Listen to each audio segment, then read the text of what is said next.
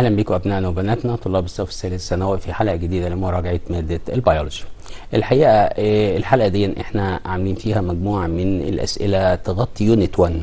يونت 1 كبيره، يعني 4 شابترز كبيره، شابتر 3 كبير، شابتر 4 يعني اصغر منه شويه، لكن نعمل ستريس شويه على يونت 1 النهارده ان شاء الله. في الريفيجن ده عايز برضو معاك ورقه وقلم. السؤال اللي انت تعرفه خلاص ده هنعديه، السؤال اللي انت ما تعرفوش ممكن تكتبه اجابه مش مقتنع بيها ممكن تتصل نناقشها سوا. نبدا كده الاسئله بتاعت النهارده.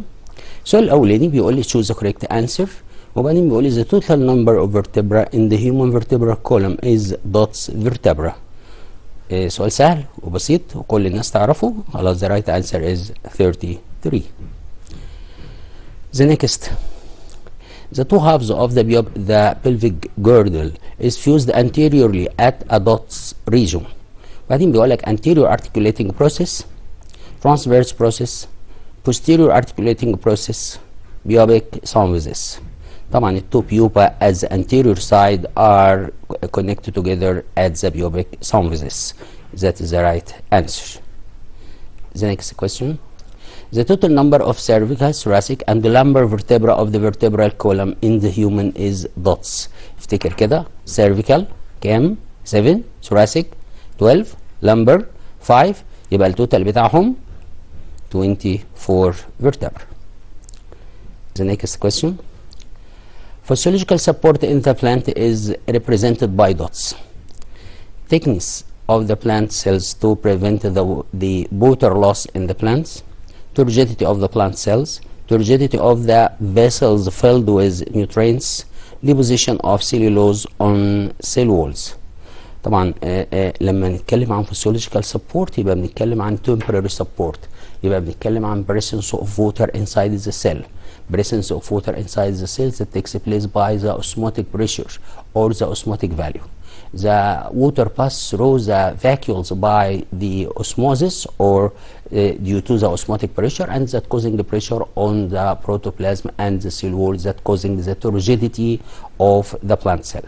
يبقى نرجع للتشويس اللي عندنا تاني. هنا بيقول لك physiological support in the plant is represented by dots. على طول هنا هتبقى turgidity of the plant cell. That's the right answer. The next question. The transverse process is present in dots. سؤال سهل جدا. يقول لك skull, vertebra, pelvis, scapula. طبعا transverse process حضرتك ما سمعتش عنه غير فين؟ في الفرتبرا، غير طبعا transverse links ده موضوع تاني. السؤال اللي بعده. The second meiotic division occurs in dots. Gravian follicle, the endometrium, fallopian tube, the uterine cavity. افتكر كده ان السكند مايوتيك ديفيجن ده بيحصل في الماتوريشن. طب لما يحصل ده بيحصل فين السكند مايوتيك ديفيجن ده؟ during the penetration of the sperm through the ovum. طب والبنتريشن ده يعني fertilization ده بيحصل فين؟ خلاص يبقى كده الاجابه بقت سهله، يبقى fallopian tube. The second question. During the menstruation the dots occur. Ovum move into fallopian tube. Corpus luteum develops. Uterine lining means endometrium is discharged. Ovum matures. The question asks about the menstruation. So the right answer is the uterine lining is discharged. طبعا انت ممكن تفكر في الاجابات الباقيه هتلاقي انها ما تنفعش واحنا بنتكلم في menstruation. السؤال اللي بعده. Neural arc is a bone ring attached to the posterior part of dots. Sternum, pelvic bones, shoulder bones, centrum of vertebra. طبعا لو رسمت الفرتبرا مره واحده بس وعملت ليبلز عليها هتعرف على طول النيورال ارك ده موجود في السنتروم of the vertebra or attached at the posterior part of the centrum of vertebra. السؤال اللي بعده بيقول لك the number of bones in each of the human upper limb is dots bones. The question asks about the number of bones in the human upper limb. 28, 29, 30, 31. الحقيقه لو انت السؤال اول مره تشوفه هتضطر تعدهم، لكن عدى عليك قبل كده على طول هتقول لي the right answer is 30. The next question. If the number of chromosomes in the nucleus of the pea plant somatic cell is 7 pairs. خلي بالك لما اقول لحضرتك somatic cells يبقى انا بتكلم في 2n، يبقى هنا ال 2n ده 7 pairs of chromosomes. So the number of the chromosomes in the tube nucleus is dots chromosomes. وبعدين بيقول لك 7 و14 و21 و28، وخلي بالك مفيش بيرز هنا، يبقى على طول الرايت انسر هتبقى 7 لان البولينج جرين اصلا هي هابلويد، يبقى هنا هيبقى فيها الهاف نمبر اوف ذا كروموسومز بدل 7 بيرز يبقى 7 بس. هنا بيقول sporogony takes place in all of the following organisms except bread mold, furnace, mushroom, hydra. لما يقول لحضرتك سبوروجوني بيحصل في كل دول ما عدا ايه يبقى على طول هيدرا. that's not it can't reproduce by spores. Parthenogenesis occur in dots. المفروض لما يقول لي ناتش الاقي يا اما الاقي بيس يا اما الاقي افيد انسكت، وبالتالي هنا عندي بيس. طبعا الميل هاني بي اللي هو الدرون that formed as a result of the parthenogenesis, which is the ability of the ovum to develop to produce complete individual without fertilization. Reproduction by regeneration is not found in dots. وبعدين بيقول لك planaria, sponges, snakes, sea stars. طبعا على طول الرايت انسر هنا هتبقى snakes لان الباقي can reproduce by regeneration means if you cut the planaria, sponges or sea star into many pieces, each piece can develop to produce individuals that act as a kind of asexual reproduction because it takes place by single parent. لو جبنا planaria عملنا cut the planaria into many pieces, each piece can develop to produce complete individual that act as a kind of asexual reproduction, which is called the regeneration. But in snakes, may regeneration takes place but not act as a kind of reproduction. السؤال اللي بعده parthenogenes produce individuals that are genetically similar to dots. Parthenogenesis produce individuals that are genetically similar to dots. Father, mother, none of them, both of them. طبعا مجرد ما اقول parthenogenesis يبقى ovum, ability of the ovum to develop to produce complete individual without fertilization. يبقى مفيش father, مفيش none of them, مفيش both of them، على طول the right answer is the mother. The next question. Hydra reproduce asexually by budding due to the division of dots. خلي بالك ان احنا بنتكلم في budding ده بيحصل لي اليونيسيلولار ومالتيسيلولار. هايدرا دي مالتيسيلولار، يبقى نيوكليوس، سيتوبلازم، سبور ماذر سيل، interstitial cells. يبقى على طول right answer is the interstitial cells. That's the middle layer between the outer and the inner layer. The middle layer is called the interstitial layer or the middle layer or the interstitial cells. The next question. Somatic cells of drone honeybee insects are dots. Haploid, diploid, triploid, polyploid. باختصار لما يقول لي somatic cells of drone، الدرون of honeybee ده produced as a result of parthenogenesis، يبقى على طول دي 1n، يبقى على طول الرايت انسر haploid ومتنفعش اي حاجه تانيه. The next question. Reproduction by regeneration occur in dots. Shrimp, planaria, crab, man. هنا بيقول لك ان reproduction by regeneration in، احنا لسه قلنا example من دلوقتي هيفكرك بالاجابه انها planaria. If you cut the planaria into pieces, each piece can develop to produce complete individual as shown in the figure. In shrimp, mere regeneration takes place but just to form the missing organs only, and also in crab.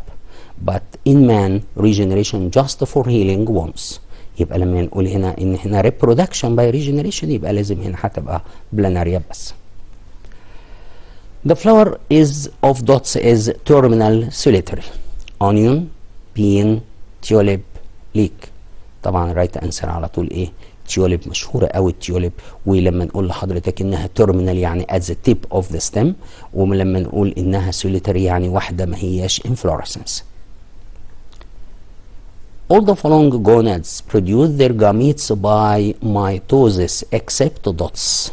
خلي بالك هو العادي ان الجاميتس formed by meiosis، لكن احنا جمعنا لك اللي by mitosis اهم واكسبت واحده.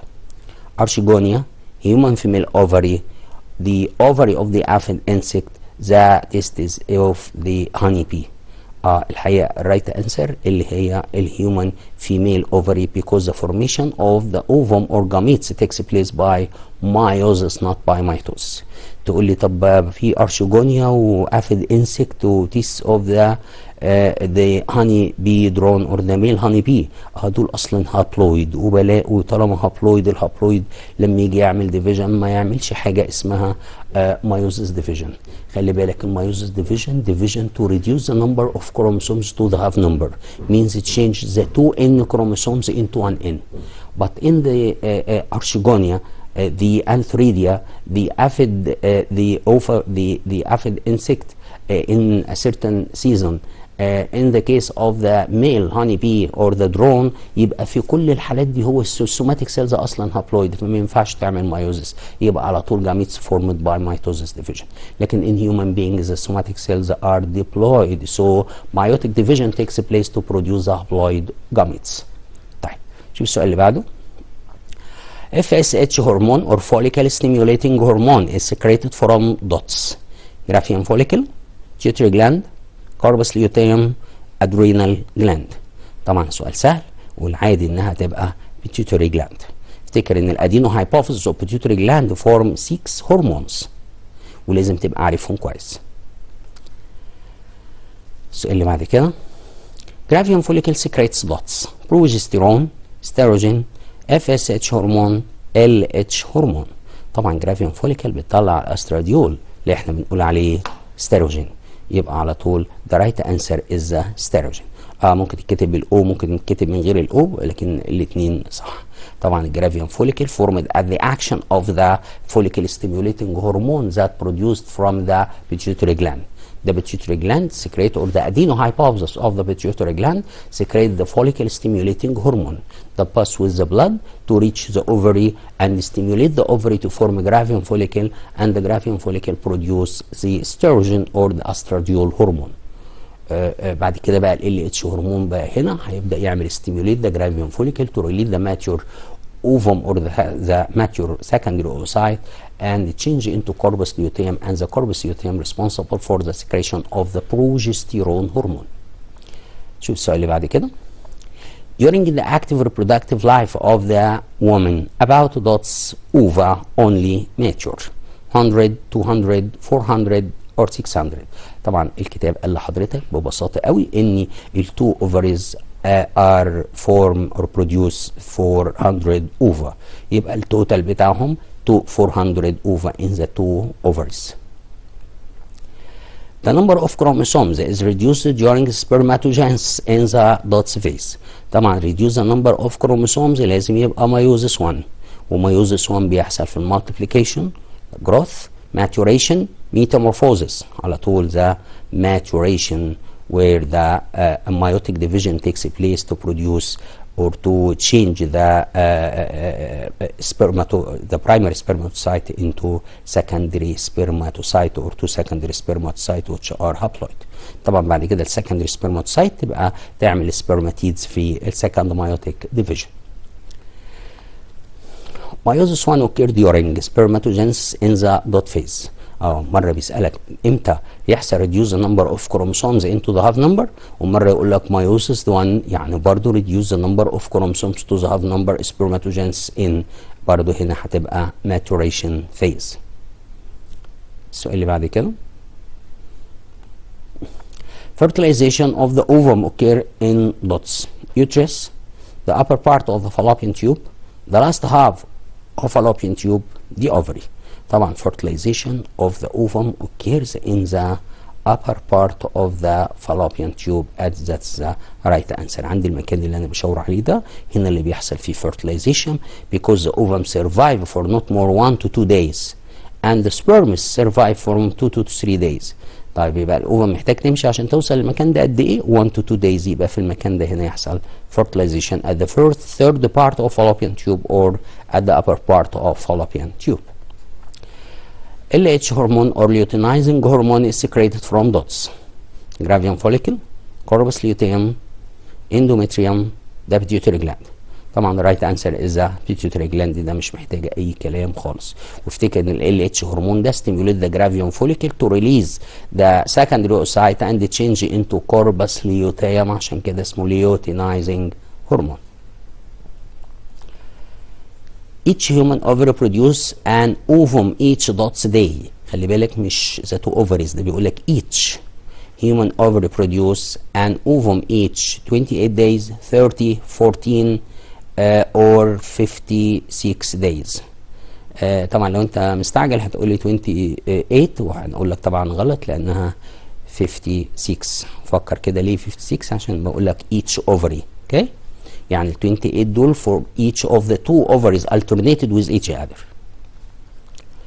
All the following cells are haploid except the dots cells: spermatids, secondary spermatocyte, spermatogonia, polar body.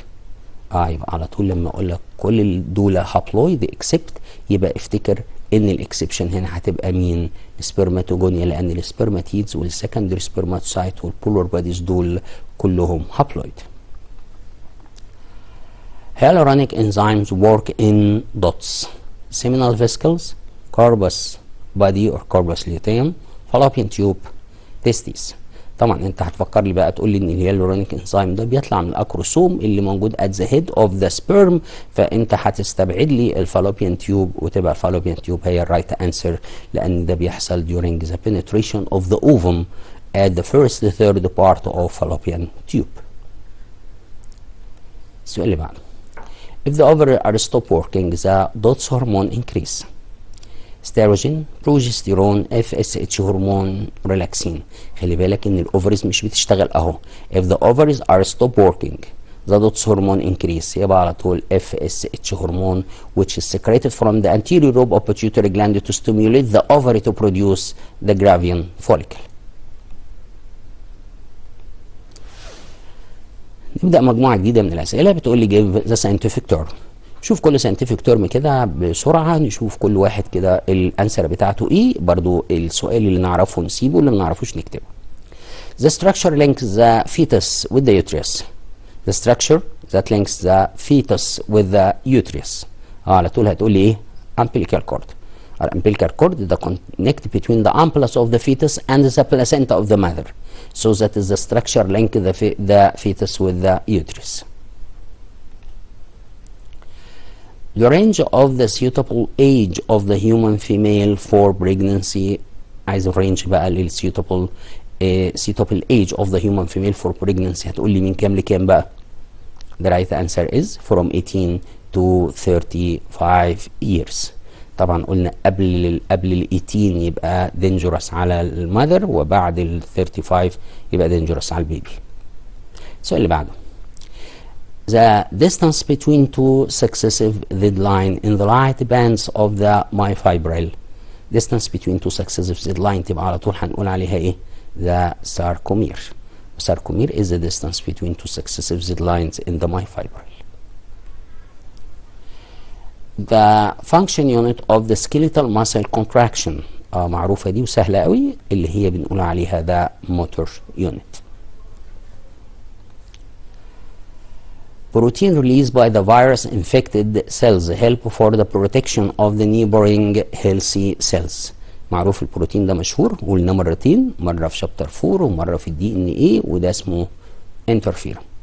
طبعا انترفيرون هنا بيعمل interfering to protect the healthy cells against the action of the virus, and also prevent the virus to duplicate its genetic material or decrease the virus ability to duplicate its genetic material. السؤال اللي قدامنا بيقول لي a hormone increase in the absorption of the carbohydrates from the small intestine. تقول لي مين بقى الهرمون بقى بتاع الابزوربشن اوف carbohydrates from the small intestine وده secreted from the، اقول الهرمون thyroxine هرمون، يبقى على طول from the thyroid gland. a hormone regulates the menstruation cycle. مين الهرمون بقى بتاع المنستريشن سايكل ده وليه اسمين؟ يبقى الانسر اللي عندنا ستيروجين. طب والاسم التاني بتاع الاستروجين؟ استراديول. طبعا الاستروجين او استراديول ده secreted from the Gravian follicle. A hormone increases sodium level in blood. ده increases sodium level by increase it is reabsorption of sodium ions and excretion of the potassium ions in the kidney tubules. فاكر الهرمون ده؟ دي الدوستيرون هرمون. ده مينرالوكورتيكويدز بيطلع من الكورتكس بتاع الادرينال جلاند، خليك فاكر. A hormone which is secreted from the corpus luteum, placenta and uterus during the pregnancy. شوف الهرمون ده at the end of the pregnancy كمان، يبقى ده على طول اسمه ريلاكسين هرمون اللي بيشتغل على الجزء بتاع البيوبيك سامفيزيس اللي قلنا عليه من شويه. A gland which secrete a hormone that control the metabolism, especially glucose burning and the energy generating process. خلي بالك من اول كلمه في الساينتفك تيرم، عشان هو قال لحضرتك اجلاند، فما ينفعش حضرتك تروح تقول لي انسولين، ما احنا بنقول لحضرتك اجلاند مش هرمون، وبالتالي يبقى الرايت انسر اللي قدامنا ده بانكرياس. ممكن نغير الاجابه دي لو قلت لك اسيلز ان بانكرياس responsible for the secretion وكملت الكلام ده، يبقى في الحاله دي انا عايز بيتا سيلز. لو قلت لك a group of scattered cells responsible for the secretion of the hormones that باقي الجمله بقى نقولها يبقى ده برضو احنا بنتكلم عن البيتا سيلز in islets of Langerhans in pancreas. A hormone which antagonize the action of parathyroid gland. طبعا parathyroid glands هرمون ده اسمه باراثورمون. باراثورمون بيعمل انكريز كالسيوم ليفل ان بلاد. لما اقول لحضرتك antagonize the action of parathyroid gland هرمون، يبقى ده في هرمون بيعمل decrease calcium level in blood، يبقى ده calcitonin which is secreted from the thyroid gland. يبقى على طول the right answer is a calcitonin، عشان الاول الكلام هنا هرمون. ممكن اغير هرمون واقول a gland secrete a hormone antagonize the action of parathyroid glands. يبقى في الحاله دي انا بتكلم عن parathyroid glands مش ثايرويد، بتكلم عن ثايرويد جلاندز مش باراثايرويد جلاندز، لان الثايرويد جلاندز بتطلع لي تو هرمونز كالسيتونين اند ثايروكسين. هننقل لمجموعه جديده من الاسئله، بيقول لك رايت شورت اكاونت اون دوتس، وبعدين بيقول لك لينفوكاينز، انترليوكينز، سيفالوسبورين، وبعدين عايز يقول لحضرتك اعمل لي شورت اكاونت. غالبا لما يبقى شورت اكاونت او السؤال بيقول لك شورت اكاونت او بريف اكاونت اون كذا، يبقى اللي عليك اصلا في الكذا ده حبه صغيره، يعني 3 اسطر بالكتير او 4 اسطر، يبقى هم دول الشورت اكاونت. ما اقدرش اقول لك اعمل لي شورت اكاونت اون مثلا ده هيكسلي ثيوري، مش، لا دي كتيره قوي ما تبقاش شورت اكاونت. ما ينفعش اقول لك شورت اكاونت مثلا اون ذا ستراكشر اوف هيومن سكيلتون، ما ينفع. ما تقول لي هنكتب اجابات ايه بقى ولا ايه؟ يبقى علشان كده لما بيبقى شورت اكاونت او بريف اكاونت يبقى انا بقصد حته صغيره بس، هو المنهج بتاعك فيه جزء صغير عن الحاجه دي، هتكتب لي الجزء الصغير بتاع الحاجه دي. طب نرجع السؤال هنا، بيقول لي لينفوكاينز. خلي بالك اللينفوكاينز ده بيطلع منين؟ بيطلع من تي سبريسور سيلز. يبقى خلي بالك ده interleukins are secreted from the T suppressor cells اللي بنقول عليها TS cells which supports or inhibit which suppress or inhibit the immune response or stop it. Therefore plasma cells will stop producing antibodies and many of the T helper cells and the activated T cytotoxic cells will die. يبقى باختصار الليمفوكاينز ده بيعمل لي inhibition للإيميون أو control the immune response after the eradication of the parasite or the antigen. السؤال اللي بعد كده بيقول لي كان عايز short account on the interleukins. طبعا interleukins ده كنا بنقول عليهم are communication between different immune cells of the immune system and the different body cells. Also they help the immune system to perform its defense function. طبعا interleukin ده اللانجوج الكوميونيكيشن اللي بين السيلز بتاع الاميون سيلز مع بعضهم وبين الاميون سيلز والبادي سيلز. لما تيجي التي هيلبر سيلز تبقى اكتيفيتد وتطلع انترليوكين، يبقى بتقول لي البي سيلز اعملي ديفيجن عشان تعملي بي بلازما سيلز، تقول لي التي سيلز ابداي اعملي السكريشن بتاع البيرفورين والسايتوكسين وهكذا، وبالتالي الانترليوكين دي اللانجوج بتاعت السيلز. سيفالوسبورين طبعا في كانوفينين وفي السيفالوسبورين، دول two examples of non-protein amino acids but they act as the protective substance for the plant. They include toxic chemical compounds to the pathogen. يبقى ده اللي احنا بنقول عليه سيفالوسبورين. السؤال اللي جاي بيقول لي mention the site and the function of شوية الحاجات دول. اولا نفتكر سيبلز دي شفتها فين؟ شفتها في الاستراكشر بتاع الفلاور. الاوتر فلورال وول اللي احنا بنقول عليه كاليكس، وكنت عارف الفانكشن بتاع الكاليكس بتعمل ايه. لما اقول لحضرتك سيرتولي سيلز، يبقى السيرتولي سيلز دي خدناها لما درسنا التي اس ان ذا هيومن تيستس، وعرفنا السيرتولي سيلز دي اللي بيبقى ملموم حواليها عدد كبير من السبرمز محتاجينها قوي، كأن ده الطبق اللي بياخدوا فيه الفود بتاعهم. لما اقول لحضرتك ليجامنتس، خدنا الليجامنتس في شابتر 1، وقلنا ان الليجامنتس دي بتعمل كونكشن بين ايه وايه. وبعدين الكوربس ليوتيوم، لسه متكلمين عن كوربس ليوتيوم. اكروسوم دي امنيوتيك فلويد. ناخد واحده واحده كده نشوف السايت اند فانكشن في each of them. The sepals, the outermost floral whorl of the flower or the outermost whorl of the flower. function بتاعته protects the inner parts of the flower against rain and winds. بيحمي كل الايه دي الفانكشن طبعا بتاع الكالكس. طيب يبقى عرفنا السيبلز as a function and the site. The Sertoli cells. شوف السيرتولي سيلز اهي باينه اهي، دي الكبيره دي. السيرتولي سيلز دي inside the seminal vesicles, the seminiferous tubules of the human testes. يبقى seminiferous tubules كل واحده من التيوبس الصغيره دي اسمها tubules، والتيوبولز دي اسمها seminiferous tubules. السيلز اللي جوه الكبيره دي اللي بنقول عليها the Sertoli cells. السيرتولي سيلز دي بتعمل secretion of the fluid to feed the sperms and they give also an immunization function.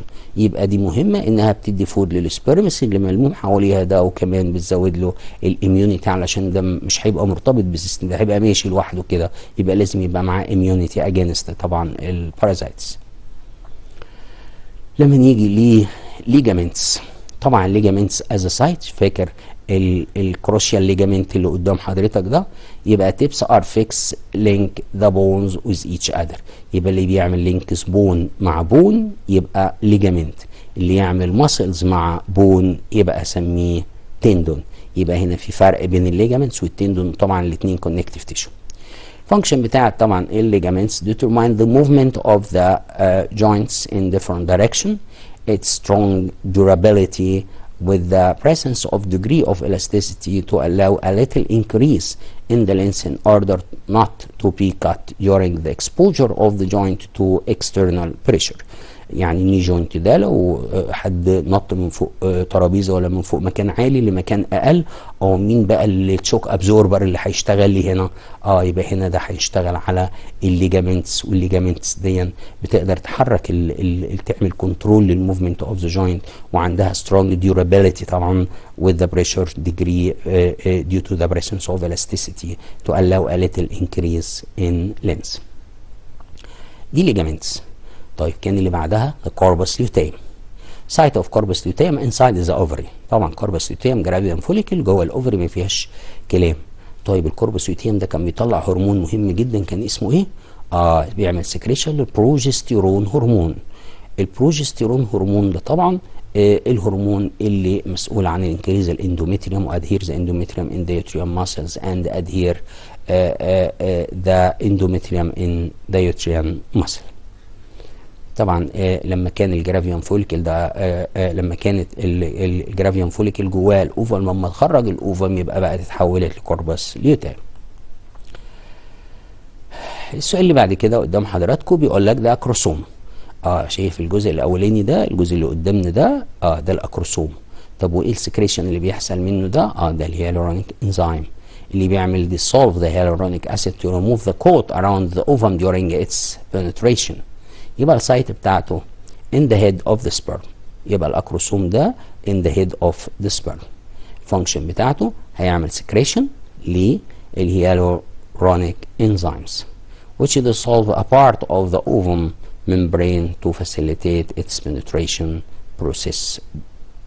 يبقى هنا لو في كوت حوالين الاوفم مش هينفع يحصل penetration، يبقى هنا محتاج اشيل الكوت اللي بيعمل adhere the coat around the ovum in the hyaluronic acid, so we need a sufficient amount of the hyaluronic enzyme to dissolve the hyaluronic acid to facilitate its penetration. amniotic fluid. طب الامنيوتيك فلويد ده فاكره كان فين؟ شايف الممبرينز، التو ممبرينز around the fetus. The outer is the chorion, the inner is the amnion. The amnion containing the amniotic fluid. It's the fluid of the inner membrane surrounding the embryo. or the fetus. The function it protects the embryo against shocks and dryness. يبقى الامنيوتيك فلويد ده act as a shock absorber of the fetus and also protects the fetus against dryness. السؤال اللي بعده بيقول لي mention one function of each of the following. عايزين فانكشن واحدة لكل واحدة من اللي قدامنا. كالسيوم بامب، فينجر بروسيس. نشوف الانسر بتاعتنا. طبعا الكالسيوم بامب push the calcium ions causing rupture of the synaptic vesicles to release acetylcholine through the synaptic cleft that appear between the nerve fibers and the membrane of the muscle fiber. يبقى مهم قوي قوي ان انا اخد بالي ان الكالسيوم بامب دي موجوده على pre-synaptic membrane in the synaptic vesicles, push the calcium ions on the vesicles to discharge its contents, which is the acetylcholine. The acetylcholine is the only stimulus of the muscle membrane. But what about the finger process? The finger process transfer digested food and the oxygen from the mother's blood to the embryo's blood by diffusion and get rid of the human embryo excretory wastes. خلي بالك الكوريون edges of chorions that form the finger process, which is called the placental villi, that also increase the progesterone hormone. السؤال اللي بعد كده بيقول لي give reason for each of the following. Adrenaline secretion prepare the body for the emergency situation. The question asks about the action or the effect of the adrenaline hormone. بيعمل ايه الهرمون في الفايتنج fighting and critical situation or the emergency situation? Because adrenaline causing the following. It increases the glucose level in blood by increasing the breaking down of the glycogen that's stored inside the liver into glucose. Number B, it increases the rate and force of contraction of the heart and increase the blood pressure. Number C, it increases the rate of oxygen consumption to release the energy. يبقى خلي بالك الادرينالين هرمون ده مهم قوي دايما في الفايتنج فرايتنج اند كريتيكال سيتويشن. احنا محتاجين كميه فود واكسجين كتيره توصل للمسلز وتوصل للسنترز بتاعه البرين. يبقى في الحاله دي انا محتاج هرمون يزود لي الجلوكوز ليفل by increase or by stimulate the hepatic cells to change the glycogen that's stored inside the liver into glucose to increase the glucose level in blood during the critical situation. Also that stimulate the contraction or the strong contraction of the heart and the blood vessels to increase the blood pressure to allow the body to facing the critical situation.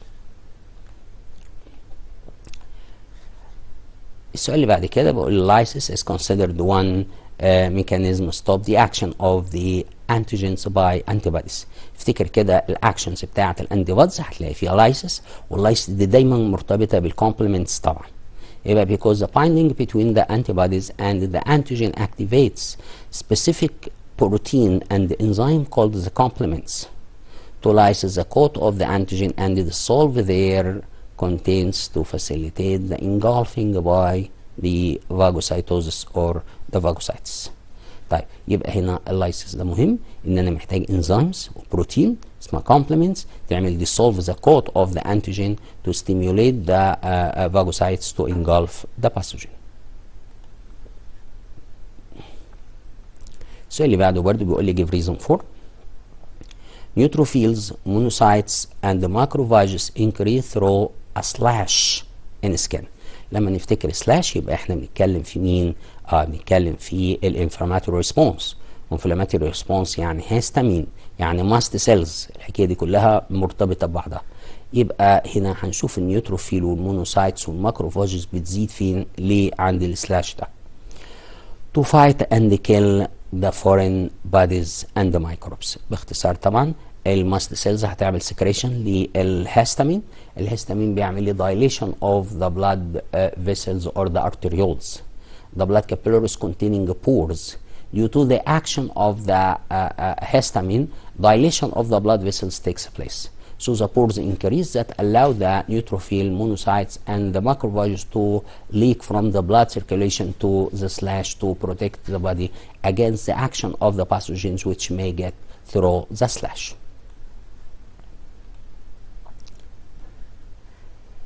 cessation of the menstrual cycle during pregnancy. ليه بيعمل stopping the menstrual cycle during pregnancy due to the secretion of the progesterone hormone during pregnancy from the corpus luteum and the placenta which prevent the ovulation. يبقى حضراتكم طالما في FSH هرمون يبقى مش لو عملنا stop the secretion of FSH هرمون يبقى ده معناه ان مش هيبقى في جرافيوم فوليكل، مفيش اوفم جديده، مفيش استروجين هيطلع كتير من مفيش جرافيوم فوليكل اصلا، وبالتالي هيبقى هنا انا محتاج اخلي اليوتريوس هنا مفيش اوفم هتعدي لان هنا بقى في بريجنس. في الحاله دي بيزيد البروجستيرون هرمون. في الاول بيبقى من الكوربس لوتيوم لغايه الفورث مانث بلاسينتا تطلع بروجستيرون هرمون عالي. البروجستيرون هرمون ده بيعمل بريفنت ذا سكريشن اوف اف اس اتش هرمون فروم ذا بيتيوتري جلاند. طب في الحاله دي ايه اللي يجرى؟ البيتيوتري جلاند مش هتطلع اف اس اتش هرمون، مفيش جرافيوم فوليكل جديده، خلاص الحكايه دي واقفه، وبالتالي في بريجننسي هنا ويبقى في فيتس بيحصل له انكريز لغايه الدليفري. لما يجي بعد الدليفري هيجرى ايه؟ هيجرى ان البلاسينتا هنا يحصل لها discharge and removed with the fetus during delivery. طب يبقى ما بقاش فيه بروجستيرون هرمون، يبقى هنا هيبدا بقى البروجستيرون يقل بالتدريج لغايه ما البيتيوتري جلاند تلاقي ان ما فيش بروجستيرون، ما فيش استروجين، يعني ما فيش بريجننس موجود، يبقى هنا تبدا تعمل سكريشن للاف اس اتش هرمون.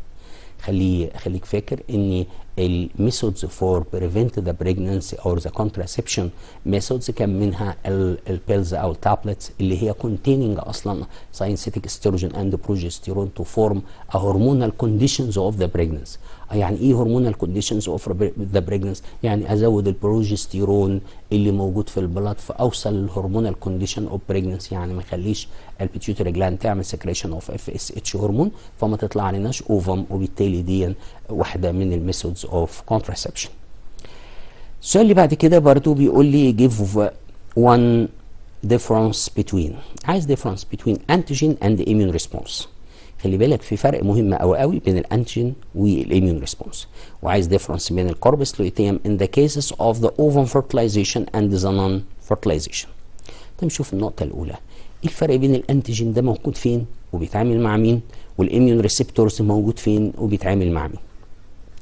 الانتيجين ده present on the surface of the pathogen، يبقى الانتيجين ده اللي احنا بنعمل له اميون ريسبونس ده بيبقى سواء اندوجينس او اكسوجينس لكن موجود على السيرفس بتاع الباثوجين. طب هنا الاميون ريسبونس او اميون ريسبتورز ده بريزنت اون ذا سيرفس اوف ذا ليمفوسايتس عشان تتعرف بيه على الريسبتورز بتاعت الليمفوسايتس الثانيه، وعشان تتعرف بيه على الانتيجين اللي موجود على الانتيجين بريزنتنج سيل. طيب نيجي للجزء الثاني من السؤال اللي بيقول لي ايه اللي يجرى او ايه الفرق بين ان حصل fertilization او non fertilization of the ovum. What about the corpus luteum in this case؟ طبعا corpus luteum لو no fertilization takes place it degenerates and the progesterone decrease and the menstruation repeated. But if the fertilization takes place the corpus luteum increase to reach the maximum growth at the third month and degenerates at the fourth month due to the formation of placenta. بص الإجابة كده. If the ovum is fertilized, the corpus luteum remains to secrete progesterone to inhibit the ovulation. زي ما قلت لك طالما في progesterone مفيش FSH هرمون مفيش ovulation. And starts to degenerate during the fourth month of the pregnancy. But if the ovum is not fertilized, corpus luteum degenerates gradually. يبقى الكوربس luteum ده كان هو فيه في الأول كان في الأول جرافيوم فوليكل. جرافيوم فوليكل دي كان جواها الاوفم او الماتيور اوفا او السكندري اوسايت. طب يبقى لما تخرج الاوفم ده بقى كوربس لوتيوم عينه على الاوفم، هيحصل لها فيرتلايزيشن ولا لا؟ لو لا يبقى في ديجنريشن اوف ذا كوربس لوتيوم. طب لو فيرتلايزيشن تيكس بليس يبقى ذا كوربس لوتيوم جرو to reach the maximum growth at the third month and degenerates at the fourth month where the placenta is formed. يبقى خلي بالك الكوربس لوتيوم مرتبط بالاوفم اللي كانت جواه ساعه ما كان جرافيوم فوليكل. والله لو الاوفم ما حصلهاش فيرتلايزيشن يبقى ماتت الكوربس لوتيوم ديجنريتس وانتهى. طب الفيرتلايزيشن حصل للاوفم يبقى هنا هيكبر ويزيد عشان يزود البروجستيرون ويزود السكنس اوف اندوميتريوم and adhere the endometrium in the uterine muscles. السؤال اللي بعده بيقول لي write the position and the function of each of the following. بيقول لك interstitial cells، وبعدين بيقول لك the cholinesterase enzyme. الحقيقه الانترستيشال سيلز لما اجي اقول لك عايز السايت بتاعها لازم اقول لك فين، لان في انترستيشال سيلز في الهايدرا اتكلمنا عنها من شويه، وفي انترستيشال سيلز في الهيومن تيستس. طبعا ممكن نتكلم عن الاثنين ان جنرال. لما اتكلم عن interstitial cells, the position is in the it act as a middle layer of some multicellular organisms as the sponges and the hydra. يبقى كان الفانكشن بتاعت الانترستيشال سيلز في الحاله دي produce the buds. لكن هنا الانترستيشال سيلز among the seminiferous tubules of the human male testes. خلي بالك عشان interstitial يعني هنا بين السيمينيفرس tubules، فالهايدرا كانت بين الاوتر والانر لاير. الفانكشن طبعا هنا سكريت تستوستيرون هرمون او زميل هرمونز عموما الاندروجينز سكريتد فروم ذا انترستيشال سيلز. لكن الكولينستريز انزيم، الانزيم الوحيد اللي في شابتر 1 as a neuromuscular junction كان بيعمل ايه؟ that destroys acetylcholine into choline and acetate after performing its function. كان الفكره ان المسل بليت دي كانت بولارايزد يعني ايه؟ يعني المسل دي عامله ريلاكسيشن. طب مين اللي يعمل ستيمولس للمسل تو كونتراكت؟ عشان يحصل ستيمولس للمسل تو كونتراكت لازم يجي الاونلي ستيمولس اوف ذا مسل تو كونتراكت اللي بنقول عليه اسيتايل كولين. طب لما يجي الاسيتايل كولين عند المسل بليت دهون يبقى هيحصل ان الصوديوم ايونز موف فروم اوتسايد تو انسايد. That changes the state of polarization into depolarization that led to the muscle contraction. طب هتفضل المسل عامله كونتراكشن كده. طب عايزين نعمل ريلاكسيشن، لازم يتشال الاسيتايل كولين.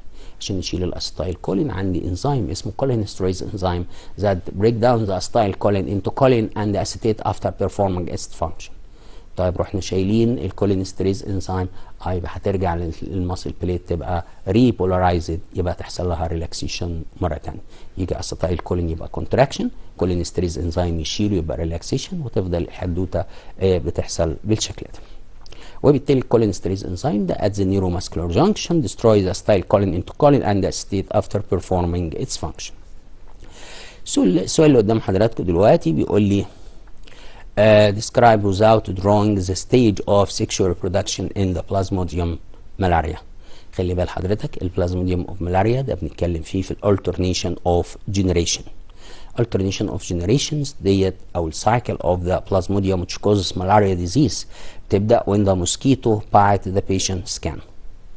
جاميتوسايت طبعا الموسكيتو دي السؤال هنا هيتكلم عن الريبرودكشن of the plasmodium of malaria disease inside the mosquito. فهنبدا من النص كده، من اول ما تيجي النيو موسكيتو هنا تعمل bite the patient skin so the gametocytes migrate to the mosquito with the patient blood where they activated to develop into gametes in mosquito stomach. Gametes fuses into zygote. The zygote change into oocyte, which is a movable stage which penetrate into the stomach wall divided by meiosis or meiotically produce oocytes. هنقف بس شويه عند السؤال بتاع السكشوال ريبرودكشن اوف بلازموديوم مالاريا.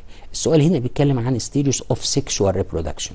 طالما sexual reproduction يبقى انا مش هتكلم عن السايكل اللي في الهيومن بادي، لان كل السايكل اللي في الهيومن بادي دي asexual. يبقى لما هنا تبقى asexual، والله لو قال لي asexual يبقى هتكلم من اول السبوروزويت، والسبوروزويت يبقى get inside the blood يبقى reach the liver or the hepatic cells divided by mitosis to produce great number of merozoites that causing rupture of the hepatic cells and spread in the blood to reach the RBCs or red blood cells and penetrate the red blood cells to get into the red blood cell and divided many times by schizogony to produce huge number of merozoites. The merozoites, some of them change into gametocyte or inactive gametes, but the other can repeat the infection of another RBCs. اللي احنا قلناهم في الهيباتيك سيلز وفي الار بي سيز في الهيومن بادي دي كلها دي asexual reproduction. طب في الموسكيتو الموسكيتو فيها sexual وفيها asexual. sexual ده هنا formation of zygote او fusion between the active gametes which become active only in the cavity of the stomach mosquito. So fertilization takes place between them to form a zygote, and the zygote change into movable stage, which is called the oocyte. That to move, to get in the wall of the stomach mosquito, to penetrate the wall of the mosquito and change into oocyst. السايكل كلها اللي كانت في الهيومن ميل كلها هابلويد. ما عنديش ديبلويد غير الزايجوت والاوكايت. انا عايز ارجع للهابلويد تاني، يبقى هنا لازم يحصل مايوتيك ديفيجن تو ريديوس ذا نمبر اوف كروموزومز فروم 2N to 1N، وبعدين يبدا يعمل ريبرودكشن اسيكشوالي باي سبوروجوني عشان يديني السبوروزويتس اللي هيرجع يعمل اكت از انفكتيف ستيج اوف ذا هيومن بينجز. يبقى لما يقول لي هنا زي السؤال بتاعنا ده بيسالني في السكشوال ريبرودكشن، يبقى انا عايز الحته بتاعت الجاميت والفرتلايزيشن والزيجوت والاوكاينت، وبعدين خلاص لما يبقى اوسيست يبقى احنا هنبدا في ستيج الثاني. اوكي. السؤال اللي بعد كده بيقول لي what's meant by each of the following، وبعدين بيقول لي endospermic seeds. خلي بالك السيدز كان divided into two types, endospermic and exendospermic seeds. They are seeds which containing the endosperm tissue occupy a part of the seed outside the embryo, such as the monocot seeds. In monocot, the ovary and the ovules fuse together forming a single seeded fruit. That called the grains, as in the maize and wheat plant. يبقى خلي بالك الاندوسبيرميك سيدز دي عندها اندوسبيرم، والاندوسبيرم ده 3N. خلي بالك، واحنا ما عداش علينا كلمه 3N في المنهج غير مرتين، مره في الاندوسبيرم ومره لما نيجي في الميوتيشن نقول لك ان ال 3N zygote act as a lethal case in the human beings. يبقى نشوف السؤال اللي بعده. يبقى ده الاندوسبيرميك سيدز اللي قلنا عليها. هنا بيقول لك what's meant by each of the following، وبعدين بيقول لي false fruit. It is the fruit in which the receptacle or any part of the ovary can store food and sharing the ovary to form food as that of the apple. يبقى في الابل هنا الedible part ده الجزء اللي احنا هناكله ده هو الريسبتيكال which store great amount of food. يبقى هنا دي اقول عليها false fruit. لكن في in general لان الفروت تيشو او الedible part of the fruit is the ovary tissue, not any of the other parts of the flower which store amount of food. السؤال اللي بعد كده بيقول لي what happened each of the following. Tendril of pea doesn't meet a support. tendril ده شغلته انه يدور على support عشان يعمل twin around the support to pull the plant to grow vertically besides the support. بس السؤال بيقول لك لو tendril doesn't find a support يبقى the tendril will die and the plant will produce another new tendril. يبقى right answer هنا the tendril wilt and die. ليه؟ علشان ما لقاش سبورت، وبعدين يطلع تندرل تاني يدور على سبورت، وهكذا لغايه ما يبقى في سبورت يعمل لي يبقى في تندرل يلاقي سبورت يعمل pulling the plant besides the support to grow vertically. السؤال اللي بعد كده برضو بيقول لي what happened in each of the following.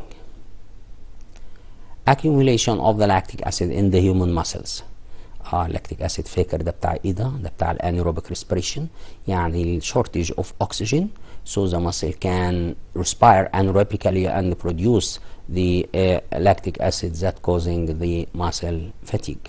يبقى خلي بالك that leads to its muscle fatigue due to the inability of the blood to supply the muscle rapidly with the oxygen needed for respiration and energy production. يبقى مهم قوي الاكيوميليشن اوف لاكتيك اسيد ده اخد بالي من الجزئيه دي، لان ده معناه ان في شورتج اوف اكسجين. علشان كده وانت بتتكلم عن البيروفيك اسيد زمان كنت تعرف ان البيروفيك اسيد ده لو لقى اكسجين وميتوكوندريا يحصل له اوكسيديشن انتو استايل جروب تدخل كريب سايكل. طب هنا ما فيش اكسجين، الاكسجين از insufficient، يبقى في الحاله دي هيجي البيروفيك اسيد يحصل له ريدكشن انتو لاكتيك اسيد. The accumulation of lactic acid inside the muscles that leads to its muscle fatigue. But if amount of oxygen reaches the muscle, that means the lactic acid will be oxidized into pyruvic acid and will release energy in the form of ATP.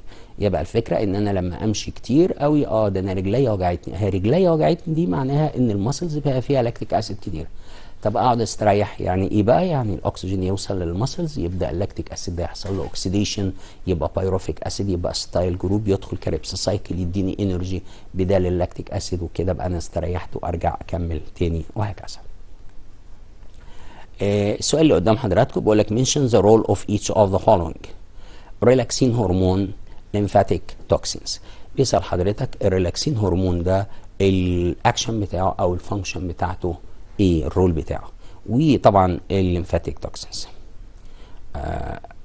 طيب هنرجع للسؤال تاني. الريلاكسين هرمون ده احنا كنا قلنا ان الهرمون ده secreted from corpus luteum, placenta and uterus, and that responsible for the causing the relaxation of the pelvic bones at the site which is called the pubic symphysis during or at the end of the pregnancy to facilitate the delivery. لكن lymphatic toxins ده طبعا secreted from the T cells to destroy the nucleus of the antigen, to destroy the antigen or the pathogen which may get inside the body. هنا في comparison بيقول لي compare between androecium and gynoecium. طبعا androecium is the male organ in the flowering plants, but the gynoecium is the female organ of the flowering plants. The androecium consists of stamens, but the gynoecium consists of carpels or pistils. The stamens, each stamen consists of filament and anther, the anther containing 4 pollen sacs. But the carpel consists of ovary, style and stigma. لما ارجع تاني للاندروشيا هنلاقي ان السيلز of the anther divided meiotically to produce male gametes which are called the pollen grains. لكن لما اجي للجاينوشيوم هنلاقي ان الاوفري هنا produce cells divided meiotically to produce the female gametes which are called ovule. يبقى دي كومباريزون بسيطه بين الاندروشيوم اللي هم الستيمنز كلهم مع بعضهم، اللي الواحد فيهم فيلامنت اند انثر، والانثر ده فيه 4 pollen sacs containing pollen grains are formed as a result of meiotic division. لكن طبعا الجاينوشيوم ده طبعا الفيميل اورجان، وده كاربلز او بيستل، والكاربل اوفر ستايل اند ستيجما، وده بيعمل الفيميل جاميتس اللي بنقول عليها اوفيول. الكومباريزون اللي قدام حضراتكم ده between FSH هرمون and progesterone هرمون. طبعا in the terms of the human female، علشان انت عارف ان في اكشن للاف اس اتش هرمون عند الميل، لكن ما فيش طبعا علاقه بين البروجستيرون والميلز. طبعا FSH هرمون هنا stimulate the ovary to produce gravion follicle which secretes estrogen. يبقى هنا FSH هرمون اسمه follicle stimulating هرمون، يعني هرمون بيعمل stimulate the ovary to produce gravion follicle. gravion follicle دي بتطلع استروجين. الاستروجين ده بيطلع يعمل increase the thickness of endometrium طبعا and regulate the menstruation cycle, the appearance of the female secondary sexual character زي ما احنا عارفين. ال FSH هرمون is secreted from the pituitary gland during the proliferation phase. طيب لما اجي هنا للبروجستيرون هرمون it increases the thickness of the endometrium and its blood supply. طب وبيجي منين؟ it's secreted from the corpus luteum and placenta. يبقى غالبا لما بيبقى عامل كومباريزون بين تو هرمونز يبقى عايز السايت اوف سكريشن، عايز الاكشن او الفانكشن بتاع الهرمون، ويبقى كده انا غطيت الكومباريزون بشكل معقول. السؤال اللي بعده بيقول لي mention the role of each of the following. احنا لسه كنا بنتكلم في الريلاكسين هرمون، قلنا ان هو causing relaxation of the muscles of the pelvis at the end of the pregnancy to facilitate the process of delivery. السؤال بتاع الليمفاتيك توكسينز قلنا secreted from the cytotoxic T cells and activate a certain gene in the nucleus of the infected cells leading to destruction of the nucleus, and it is this ده اللي بنقول عليه البروجرامينج death. هنا بيقول لي give short account on، وبعدين بيقول لي the importance of tissue culture. خلي بالك التيشو كلتشر دي خدناها as a kind of asexual reproduction. يبقى عايز الامبورتنس بتاع التيشو كلتشر as a kind of asexual reproduction. طبعا الامبورتنس بتاعتها سهله قوي. اولا propagating real plant desirable strains that resistance to diseases. عاملين سترين دي جديده عايز ازودها واكترها بسرعه، يبقى نعمل تيشو كلتشر. solve the food problem. بزود الفود قوي بكميه كبيره عشان يحل لي مشكله الفود. shorten the time needed for the growing desirable crops. بدل ما هزرع بيقعد في الارض شهور، لا احنا ممكن يبقى في التيوبس او في التست تيوبس يقعد فتره قليله وبعدين نزرعه يطلع على طول البلانت بتاعنا دون، وبالتالي يبقى انا كده بعمل shorten the time of cultivation. يبقى دول اللي احنا بنقول عليهم importance of tissue culture. السؤال اللي بعده بيقول لي correct the underlined words.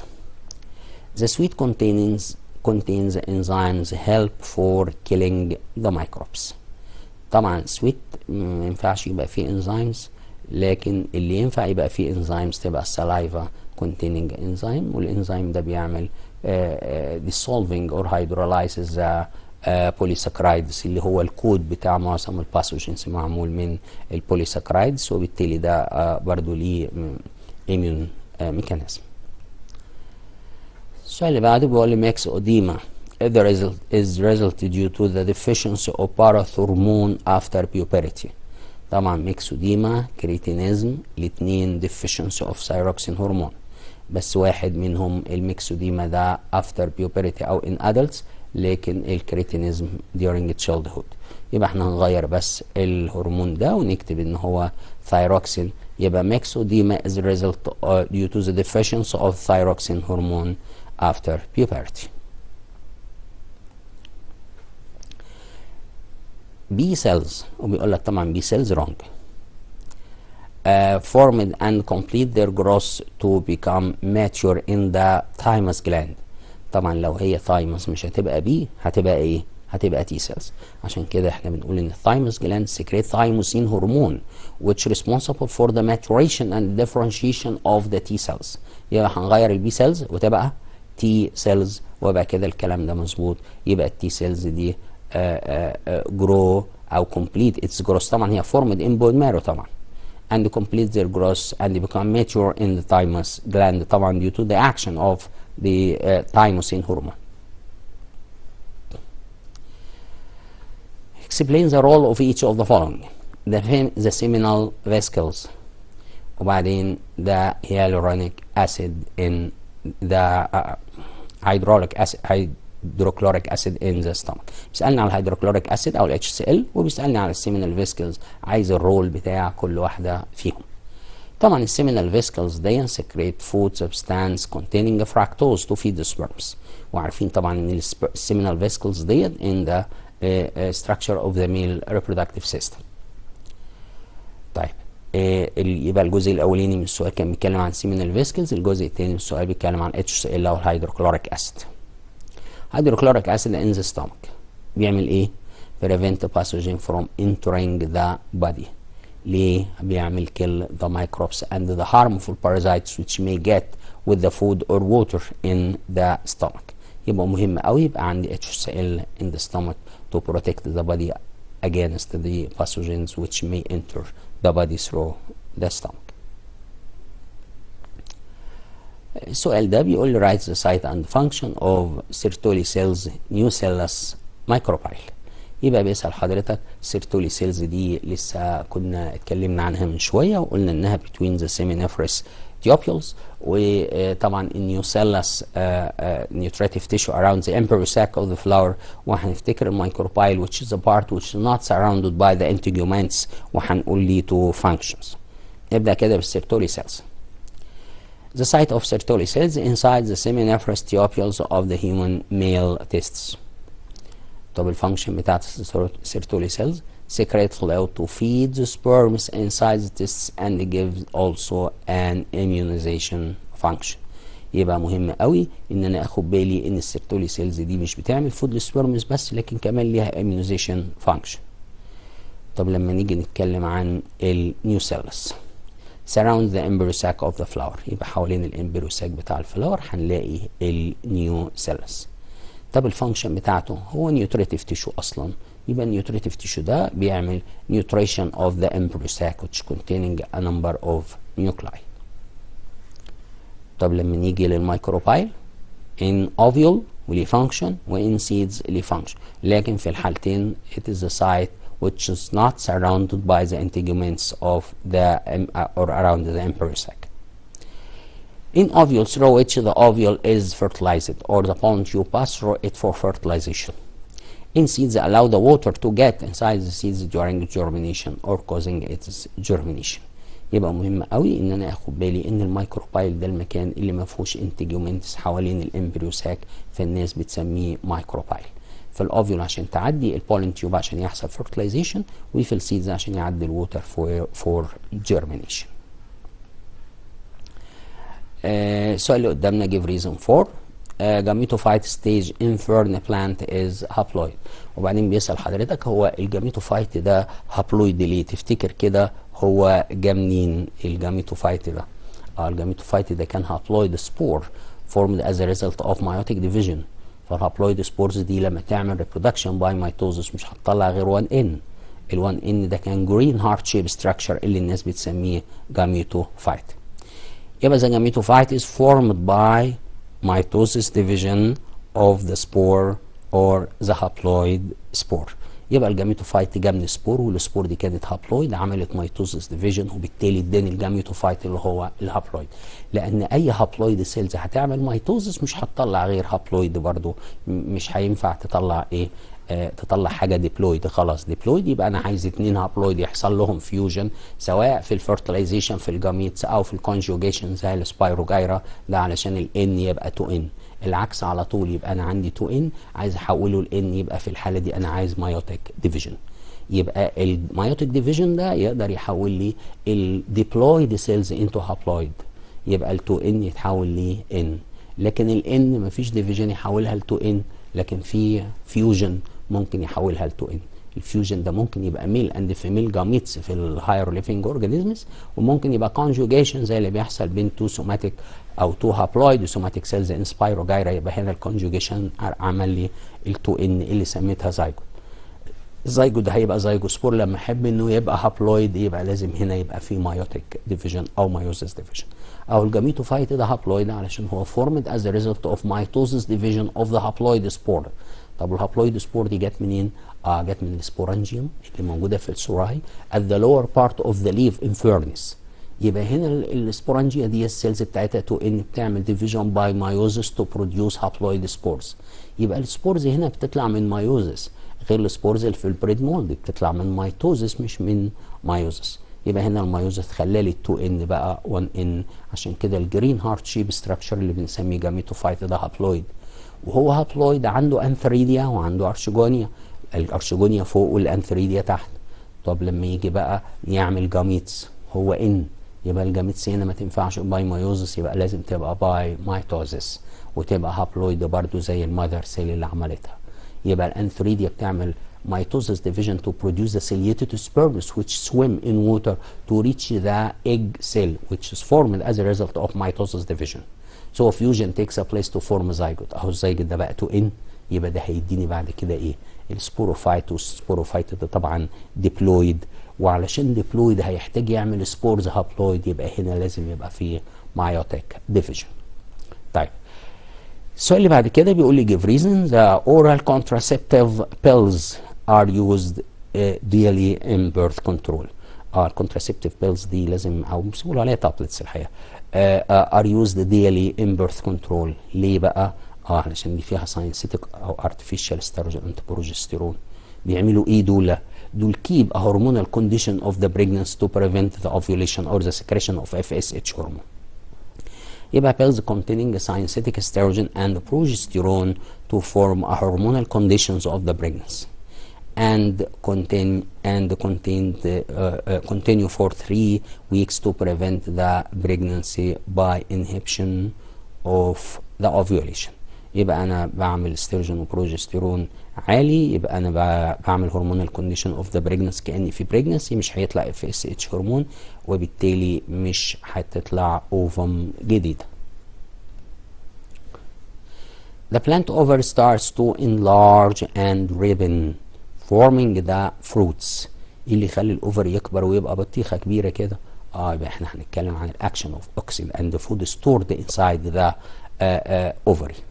يبقى because pollination process stimulate the formation of auxin which causes growth of the ovary to form fruits. يبقى الحدوته كده بتعتمد على الاكشن بتاع الاوكسين. يبقى عشان كده البولينيشن بيعمل كده. ممكن انا اجيب اوكسين من غير بولينيشن واعمل spraying the auxin in the stigma of the flower. يبقى هنا بعمل stimulation للاوفري to grow to form fruit, but that's not containing seeds. So the formation of fruit without fertilization, without pollination of fertilization, that's called the parthenocarpy. The artificial parthenocarpy that's not act as a kind of reproduction. ده مش reproduction لأن الفروت دي ما فيهاش سيدز تتزرع وتدي individuals جديدة. reproduction يعني production of new individuals. لكن هنا الأوفري grow and store great amount of food and change into fruit. But there is no reproduction takes place. يبقى هنا ما فيش reproduction حصل، وبالتالي هنا بنقول إن الأوكسين هنا هو اللي عمل الحكاية دي كلها. طب لو أنا مش هعمل spraying of auxin or the andol or naphthol acetic acid dissolved in water or ether and spraying it on the stigma، ممكن يحصل pollination عادي، والبولينيشن هيعمل نفس الحدوته، بس هنا لما يحصل pollination and fertilization ده هيعمل فروت. وهنا لما تتعمل فروت بالطريقه دي ده act as a kind of reproduction called the sexual reproduction by gametes. لان احنا عندنا اتنين sexual reproduction by conjugation and sexual reproduction by gametes. عملنا ستريس على السكشوال ريبرودكشن باي كونجيجيشن ان سبايروجيرا، وباقي بقى البلانت والهاير انيمالز وكده كل ده بيعمل ريبرودكشن باي جاميتس. يجي السؤال اللي بعده بيقول لي give reason for stopping of the menstrual cycle during pregnancy. طبعا بيتكلم برضو عن استروجين وبروجستيرون وهرمونال كونديشن اوف ذا pregnancy زي ما اتكلمنا من شويه. Because of the continuous secretion of estrogen and progesterone during the pregnancy which prevent the pituitary gland to secrete FSH hormone. pituitary gland مفيش FSH هرمون يعني مفيش جرافيوم فولكل، يعني مفيش اوفم جديده جايه، وبالتالي ده اللي بيعمل stop the menstruation cycle and stop the formation of gravium follicle or corpus luteum. السؤال اللي بعده بيقول لي fallopian tube begins with the funnel shaped opening and is lined with the cilia. الفالوبيان تيوب دي بتبدا بفانل شيبت اوبننج، يعني فتحه كده زي القمع وليها صوابع. دي بتعمل ايه؟ دي بتعمل picking the mature ova and direct it toward the uterus through the fallopian tube. يبقى الفكره ان الفالوبيان تيوب دي عامله قمع بالشكل ده وليها صوابع زي صوابع كده. اول ما يحصل releasing the mature ova from the ovary, the finger-like projections or protrusions picking the ovum and direct it toward the ovary, toward the uterus through the fallopian tube. يبقى هنا هنمسك الاوفم دي عشان دي حاجه غاليه ومهمه، يبقى ناخدها ونوجهها ناحيه الفالوبيان تيوب، وبالتالي لازم تبقى عامله فانل ستراكشر وكونتيننج طبعا الفينجر-like projections ديت.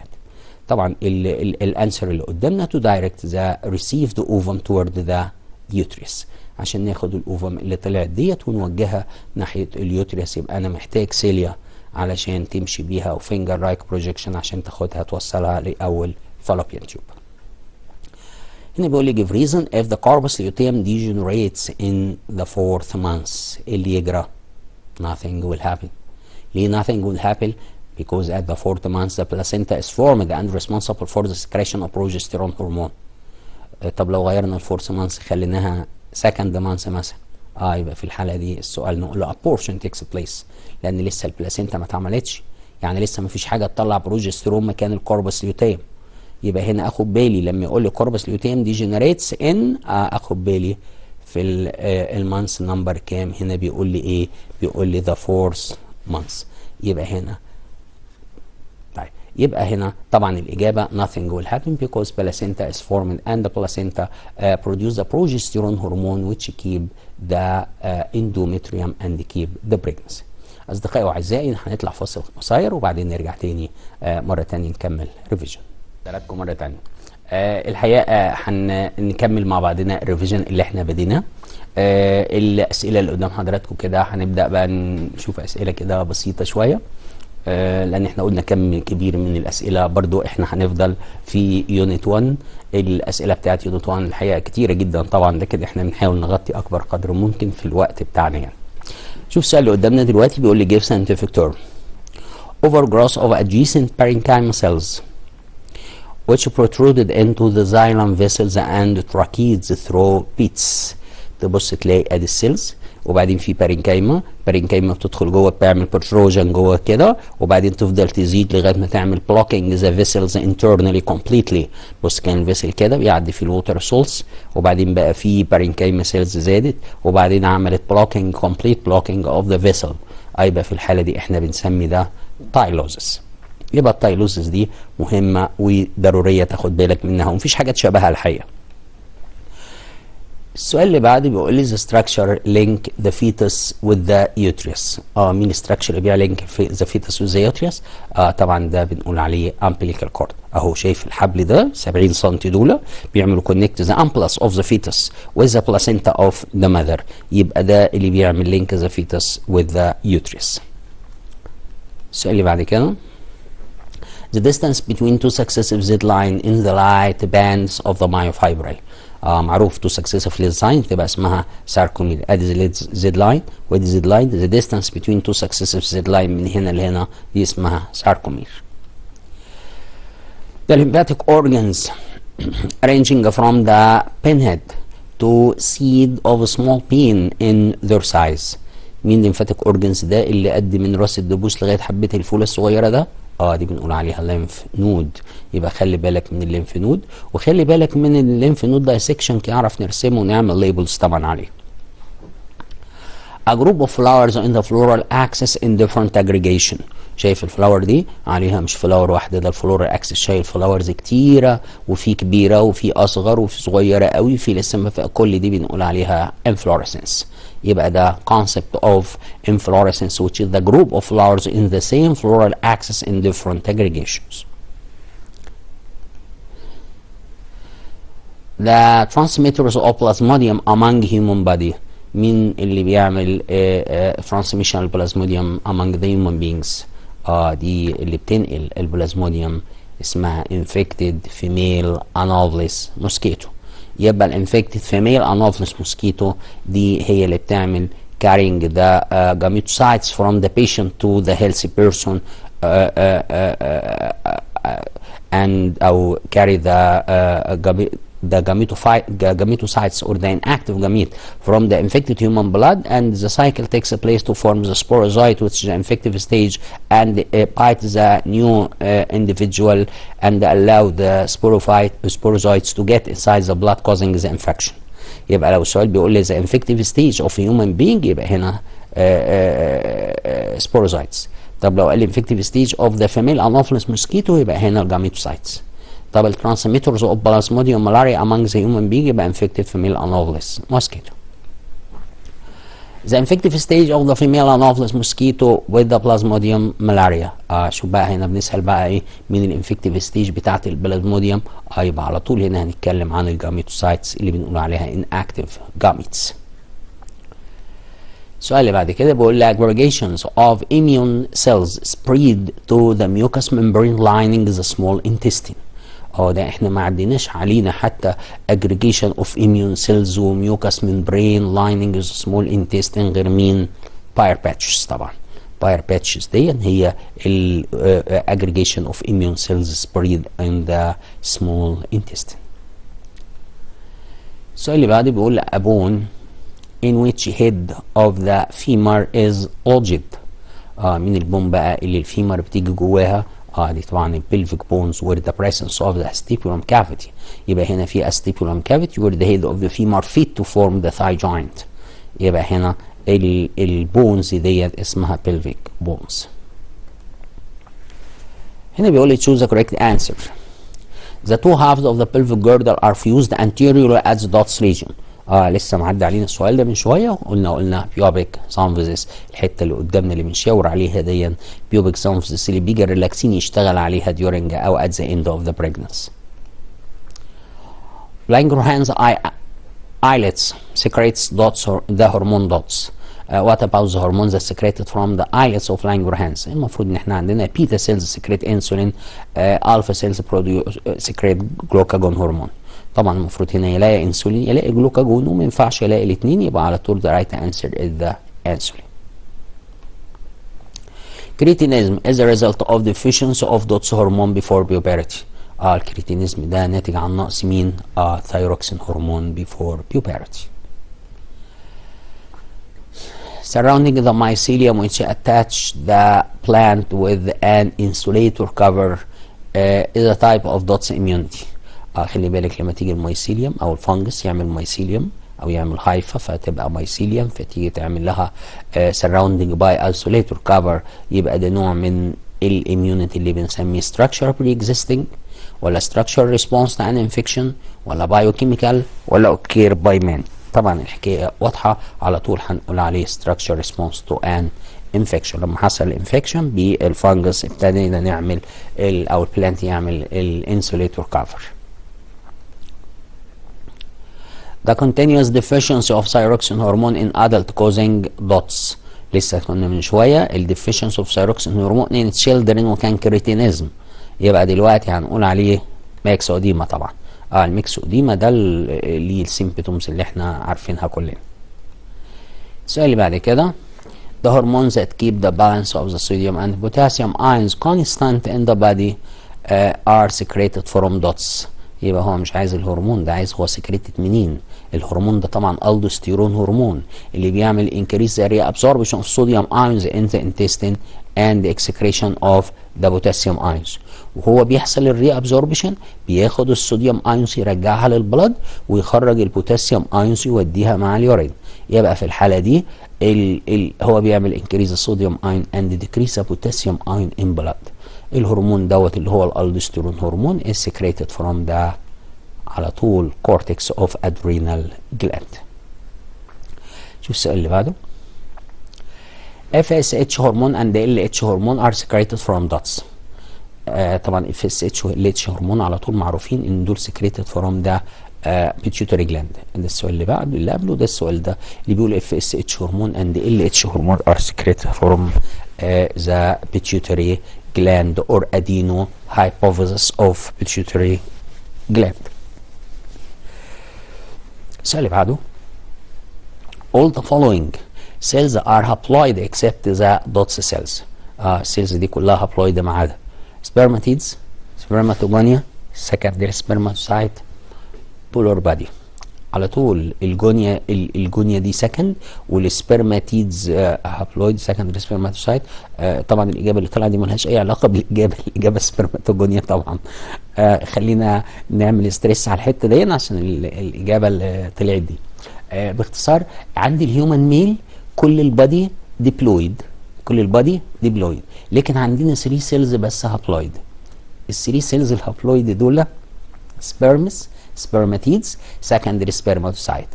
السؤال هنا بيقول لك all the following cells are haploid except، يبقى على طول سبرماتوجونيا، لان السبرماتوسايتس والبولار بادي والسبرماتيدز دي هابلويد، يبقى الديبلويد سبرماتوجونيا. نطلع الخط ده نطلعه فوق. طيب the flower of dots is terminal solitary. onion, bean, tulip, leek. طبعا معروفه التيوليب مشهوره قوي، والاكزامبل ده او السؤال ده متكرر كتير.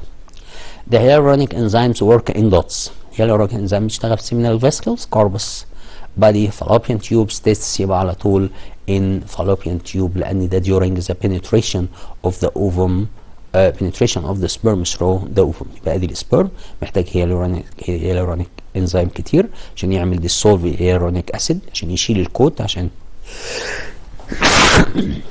عفوا علشان يقدر يعمل penetration للأوفم. السؤال اللي بعده the size of the vertebra number 19 is dots. the size of the vertebra number 20. بيقول لك ان ال 19 بالنسبة لل 20 in the human vertebral column slightly smaller than ولا slightly larger than ولا equal ولا much smaller than. يبقى على طول علشان دي 19 ودي 20 يبقى slightly smaller than. خلي بالك ال 20 دي هتبقى كده، ال 19 دي اخر واحده في الثوراسيك اللي هي دي اللي بشاور عليها. يبقى دي اكبر منها شويه صغيره، مش كتير. يبقى دي اكبر شويه من ال 19، يبقى ال 19 هتبقى بالنسبه لل 20 smaller than او slightly smaller than اللي هي نمبر 20. السؤال اللي بعده What are the function of each of the following؟ ده reps. reps دي بتعمل ايه؟ بتعمل rib cage، يبقى بتعمل protection لمين؟ يبقى على طول حضرتك هتقول لي protect the heart and lungs، ودي واحدة من الفانكشنز بتاعت thoracic cage أو rib cage. السؤال اللي بعده بيقول له what would happen in each of the following cases، وبعدين بيسألني على التندرل. التندرل هنا بيقول لك the tendril of B doesn't meet a support. احنا قلنا طبعا هنا the tendril will ايه؟ will die and the plant produce new tendril. السؤال اللي بعده برضو بيقول لي what would happen in accumulation of lactic acid in the human muscles. احنا قلنا طبعا muscle fatigue due to the deficiency of oxygen that needed by the muscle. السؤال اللي بعده بيقول لي what would happen، وجايب 2 توينز دول، بس دول fraternal twins طبعا. if the two ova are fertilized by 2 sperms at the same time. لو ال 2 ova are fertilized by 2 sperms at the same time يدينا ايه؟ يدينا حاجة اسمها dizygotic twins او fraternal twins.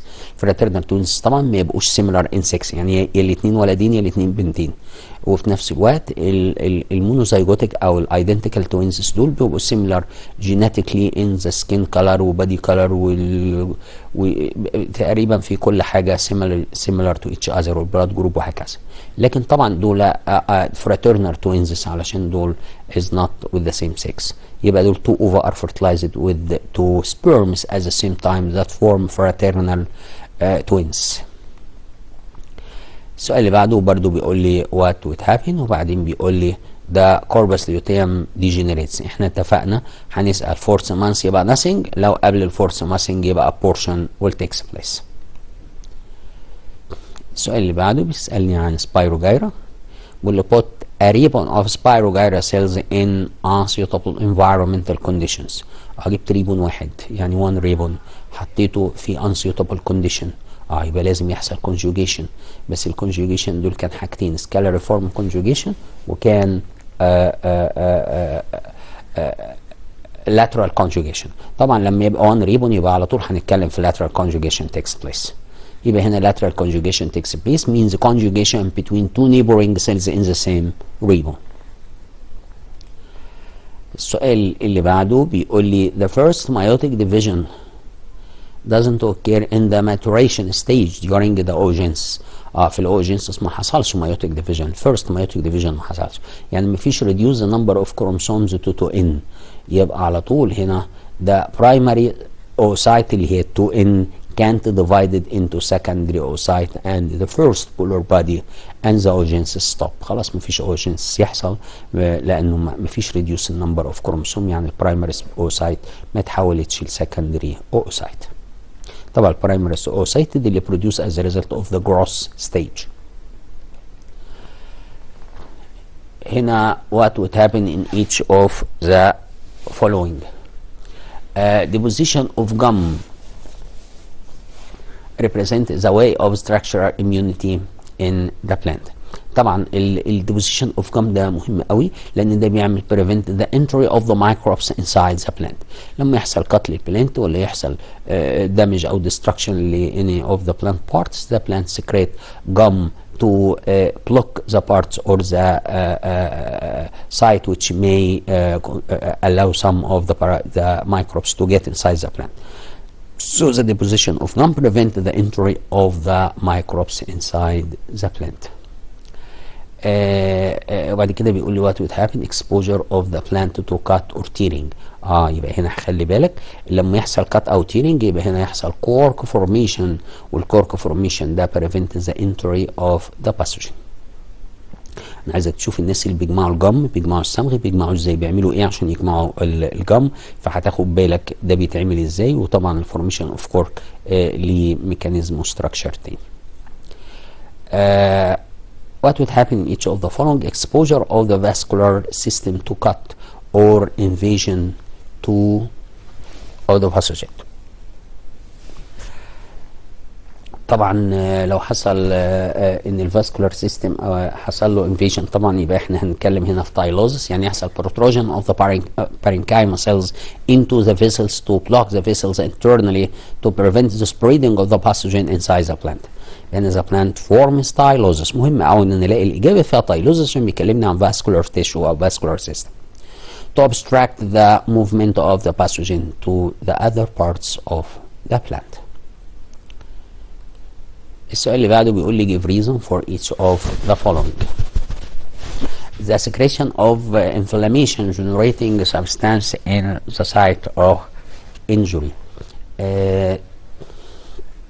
حصل ان في inflammation generating substance اللي بنسميها الهيستامين اللي هتطلع في السايت اوف انسولين اوف انجري اللي بيجرى.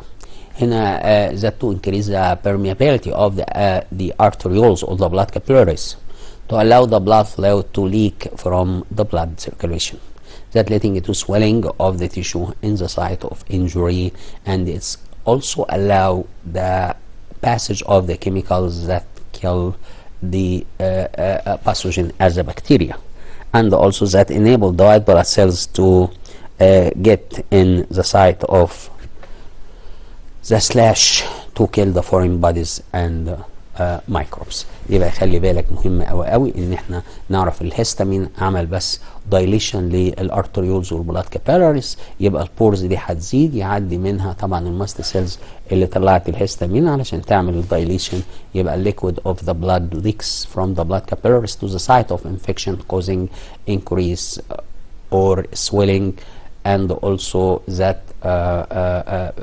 allow some of the cells to get inside the slash to kill the microbes.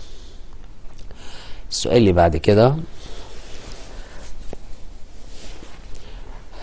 what's meant by each of the following breeding cycle false fruits. ايه breeding cycles دي؟ It is the time where the ovary become regularly active to produce ova in the placental mammals. يبقى باختصار breeding cycle it is the periods or time in the life cycle of the placental mammals where the ovary become regularly active in the adult female. يعني ايه الاوفري يبقى regularly active؟ يعني produce ova كل قد ايه.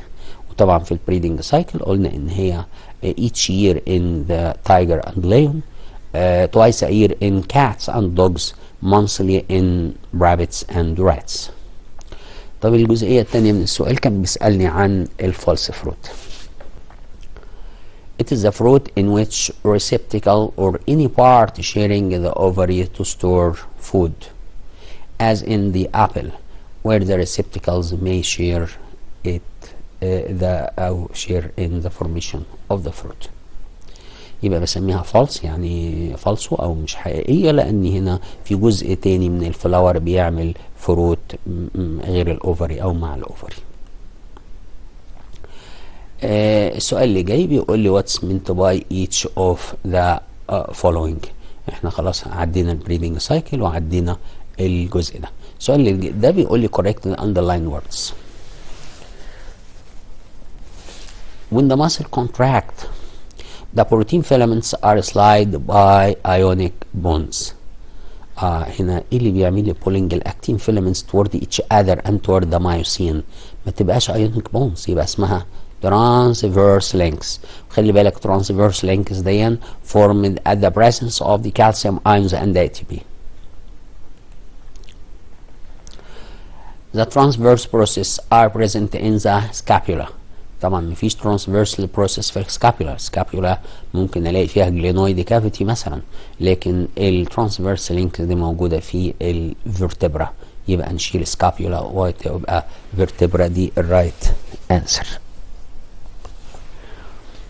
السؤال اللي بعده the unit structure of the muscular system is the nerve fiber.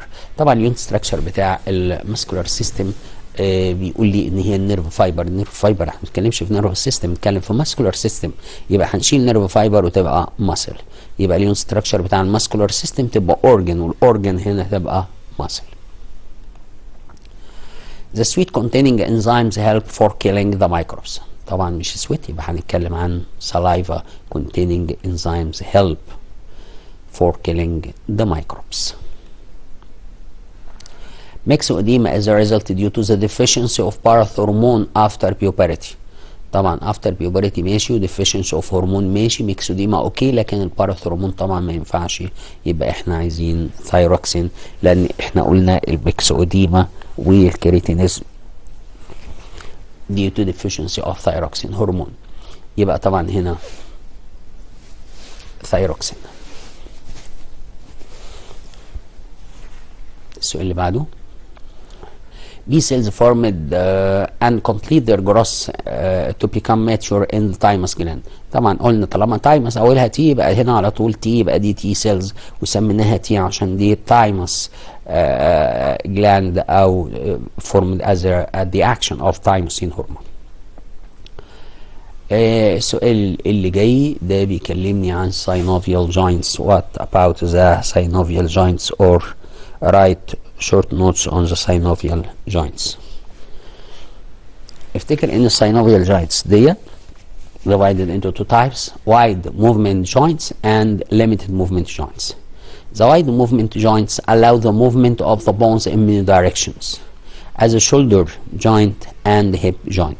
طبعا shoulder joint they move in many directions, where the head of the humerus fit in the glenoid cavity of the scapula.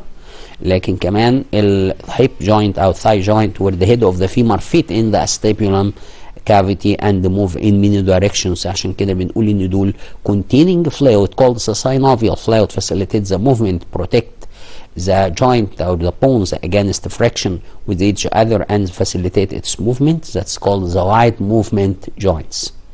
لكن كمان في limited movement joints. ايه limited movement joints؟ دي movement joints move or one of the two bones move in one direction.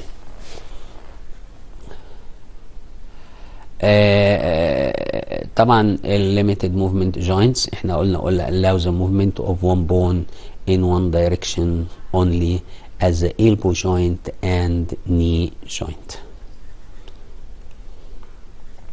السؤال اللي جاي ده بيقول لي compare between ankle bones and wrist bones. ايه الكومباريزون اللي بينهم؟ هقول ده consists of ايه وده consists of ايه وشكرا. يبقى الانكل bones دي bones consists of 7 bones called tarsals. The largest bone of the tarsals is called the heel bone. But the wrist bones consists of 2 rows of 8 bones called the corbels. يبقى خلي بالك الانكل هنا كان اسمها tarsals لكن دي اسمها corbels. طبعا التورسلز دي كانت attached to the metatarsals لكن هنا attached to the metacarpals. The upper end attached to the lower part of the radius, while the lower end are attached to the bones of the hand palm. دي كومباريزون من الكومباريزونز اللي بتعدي كتير. برضو ممكن نشوف كومباريزون تانية يقول لي compare between pulling movement in P and pulling movement in palms. البولينج موفمنت in P need a support لكن in pulse doesn't need a support. in P move by tendril لكن عند البulse move by bowling rods. tendril function بتاعته move in the air that allow the movement of the plant upwards to grow vertically. طبعا besides the support زي ما قلنا until the plant stem approach the stem and grow vertically. لكن طبعا عند البولينج روتس هنا البولينج روتس او البولينج موفمنت impulse اللي قلنا باي بولينج روتس قلنا move downwards، دي بيشدها لتحت طبعا. وطبعا البولينج روتس دي keep the stem at the suitable distance to protect the plant against the action of wind.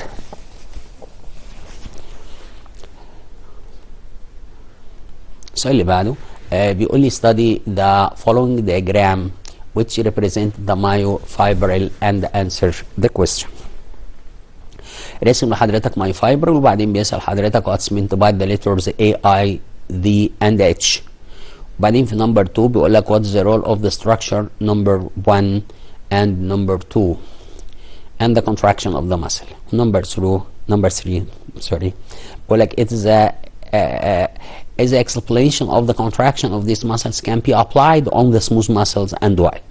طيب الجزئيه الاولى لما يجي يسالك بقى ايه هي الاي والاي والزي والاتش. طبعا الاي دي دارك باند اهي معروفه، الاي دي لايت باند، الزي دي الدارك لاين ده بايسكت ذا اي باند، لان قلنا الاي باند دي made of thin filaments called actin bisected by Z line.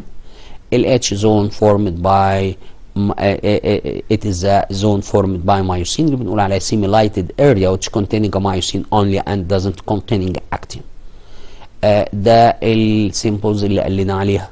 طيب لما يجي يقول لك هنا الجزئية الثانية من السؤال كان بيسأل حضرتك على ال role of actin and myosin filaments during the contraction of the muscle. طبعا نمبر 1 اللي احنا قلنا انها thick filaments دي اللي اسمها مايوسين، ونمبر 2 طبعا actin. طبعا نمبر 1 myosin filaments but number 2 is the actin filaments. The protein filaments slide over each other due to the presence of transverse links extended from the myosin filaments and attached to the actin filaments. And the presence of the calcium ions, the energy calcium ions and the energy in the form of ATP, the transverse links act as the hooks that pull the actin filaments from both sides toward each other leading to the muscle contraction. يبقى عشان يحصل muscle contraction لازم الاكتين يحصل له pulling toward each other وتورد المايوسين، فتقل طبعا الاتش زون دي تفضل تقل طالما انا بشد الاكتين هنا ومن هنا due to the presence of transverse links that extend from the myosin to the actin. الجزئيه الاخيره بيقول لك ان الثيوري دي كان be applied on the smooth muscles. طبعا هيكسلي قال انها can't applied on the smooth muscles. طبعا can't applied on the untreated smooth muscles because it made of actin. أصدقائي وأعزائي طلبة وطلاب الثانوية العامة، إن شاء الله دي كان آخر جزء من الحلقة بتاعتنا النهاردة. إن شاء الله نلتقي قريبا. شكرا لحضراتكم وإلى اللقاء.